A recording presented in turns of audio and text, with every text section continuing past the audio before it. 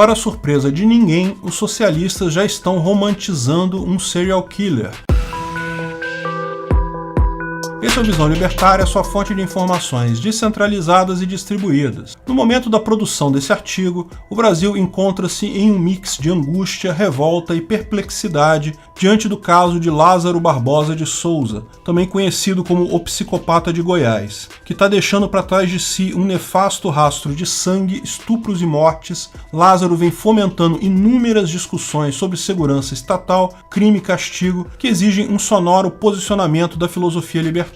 Lázaro Barbosa de Souza é um sujeito de 32 anos que iniciou sua carreira criminosa em 2007 com um duplo homicídio numa cidade baiana onde nasceu. Em 2007, também foi sua primeira passagem pelo sistema prisional, onde permaneceu por 10 dias antes de fugir. Já em 2009, ele e o irmão invadiram uma chácara em uma localidade conhecida como Sol Nascente, já na região de Brasília, roubando dinheiro e fazendo uma família de refém. No fim, eles escolheram uma das moças da casa e a levaram para um rio próximo, onde a violentaram por toda a madrugada. A moça sobreviveu ao acontecimento, mas atualmente, ao saber que Lázaro está solto, violentando e matando pessoas, a antiga vítima já não consegue dormir, revivendo aquele trágico episódio. Tempos depois, Lázaro foi preso e permaneceu por 6 anos no famoso presídio da Papuda, em Brasília, entre 2010 e 2016. Na prisão, um laudo elaborado em 2013 atestou Lázaro como psicopata imprevisível, com comportamento agressivo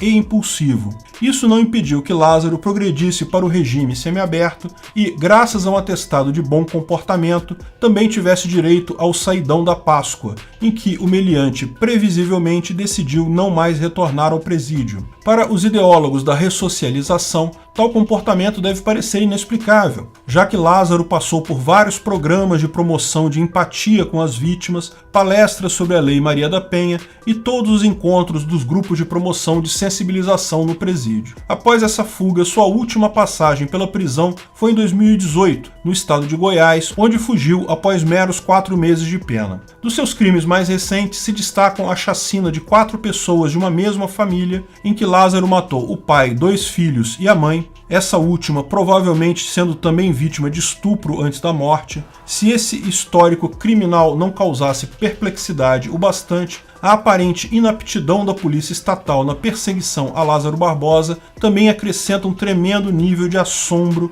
a toda essa tragédia. Algumas matérias jornalísticas que levantaram o histórico de Lázaro diz que ele e sua família trabalhavam na chácara do sogro do delegado-geral da Polícia Civil do Distrito Federal. Estranhamente, o delegado-geral da Polícia Civil nunca levantou a capivara do meliante, a ficha criminal dele, dizendo que ninguém jamais suspeitou de nada contra o sujeito. De certa forma, é como se Lázaro fizesse questão de entrar na propriedade de um policial de elevada hierarquia apenas com o intuito de rir e comprovar que ele pode fazer piada com seus perseguidores. Enfim, esse é só mais um erro da imensa lista de erros estatais que custaram a vida e a integridade física de muitos inocentes. A visão libertária desse caso é evidente. Qualquer um que acompanhou o breve histórico do psicopata de Goiás já percebeu que muito sofrimento teria sido evitado se tão somente o criminoso fosse mantido confinado desde que praticou aquele duplo homicídio na Bahia 13 anos atrás. No entanto, a facilidade com que Lázaro saía de trás das grades só atesta a completa falência do sistema prisional brasileiro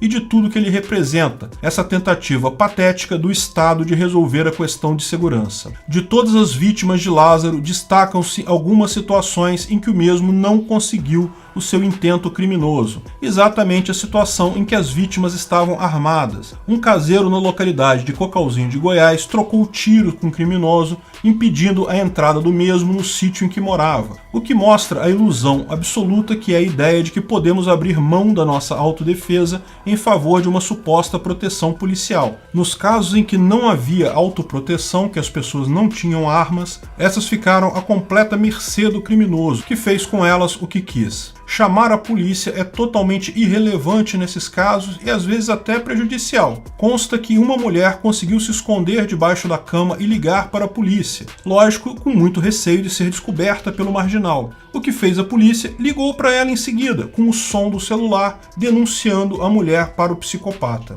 Lógico, alguns podem argumentar que ele conseguiu algumas armas justamente roubando pessoas que tinham armas em casa, mas isso é irrelevante, porque os primeiros crimes foram feitos com facas. Ter arma ou não na mão do criminoso é irrelevante. Ele vai usar o que tiver disponível para conseguir seu intuito criminoso. Por outro lado, ter arma para sua defesa pessoal é a única coisa que pode impedir isso. Mas de todas as falhas estatais, talvez a mais revoltante sejam aquelas que permitem a progressão de regime e a famosa saidinha do Lázaro em 2016, pois neste caso a fuga não veio de um buraco na parede, mas de um buraco nas próprias instituições, na própria lei penal. Nesse ponto, proponho uma breve reflexão. Será que esses crimes são nefastos o suficiente para causar raiva e indignação em qualquer ser vivente? Será mesmo que esses fatos são sórdidos o suficiente para revoltar até mesmo os mais ferrenhos adeptos do socialismo? Ou será que mesmo depois de tudo eles ainda darão um jeito de culpar a sociedade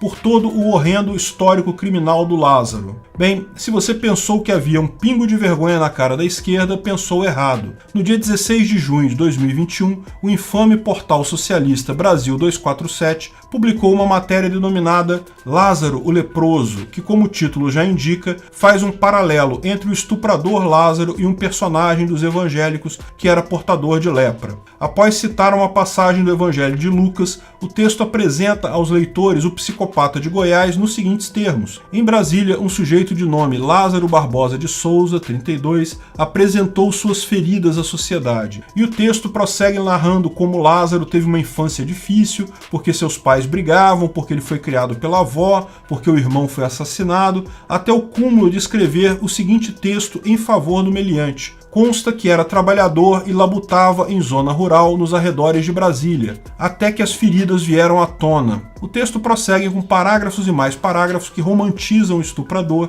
e finalizando com o que parece ser uma indireta para que o assassino em série seja canonizado.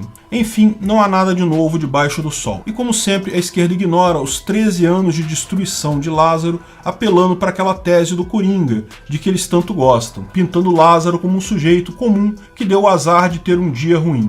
Esse tipo de colocação de justificar o crime pelas origens do criminoso não apenas é completamente improcedente, como também é um tapa na cara dos milhões de pessoas cujos pais também brigavam, que também cresceram em condições de pobreza, que perderam pessoas amadas em sua infância, que tiveram inúmeras adversidades, mas ainda assim se tornaram adultos responsáveis e pessoas de bem. Não são as adversidades que você enfrenta na sua vida que definem você, é justamente a superação dessas e a sua capacidade de agir de forma ética que vai te definir. Nessas horas é que o individualismo revela sua superioridade, pois quando um Lázaro bate à sua porta, é indivíduo contra indivíduo. E se a vítima tiver sorte, ela vai estar munida do clássico revólver inventado pelo capitalista norte-americano Samuel Colt, que fez muito mais contra a desigualdade do que todas as teses da escola de Frankfurt somadas. Obrigado pela audiência. Esse artigo foi sugerido e escrito por Rodolfo Andrello, revisado e narrado por Peter Turguniev. Esse vídeo foi um oferecimento de armataweb.com, cloud e serviços de data center. 100% de compromisso com a satisfação e privacidade dos clientes. Aceitamos Bitcoin. Veja o link na descrição do vídeo. Se você gostou desse vídeo, clique no like e compartilhe ele em suas redes sociais. Se inscreva no canal para nos ajudar, clicando no botão vermelho abaixo. Se quiser ser avisado de novos vídeos, clique no sininho ao lado. Até a próxima!